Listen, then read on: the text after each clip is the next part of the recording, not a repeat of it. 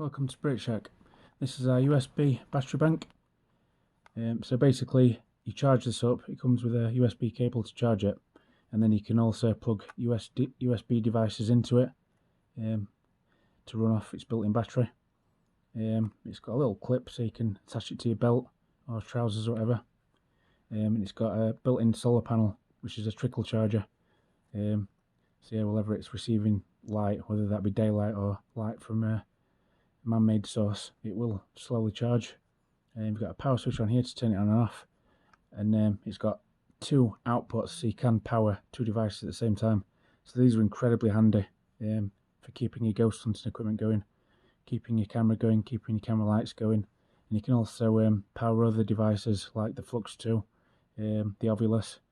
So the Ovilus, for example, that's got a 4-hour runtime from its own battery, but you could plug it into this and extend it for much longer than that. So yeah, really helpful tool for ghost hunters.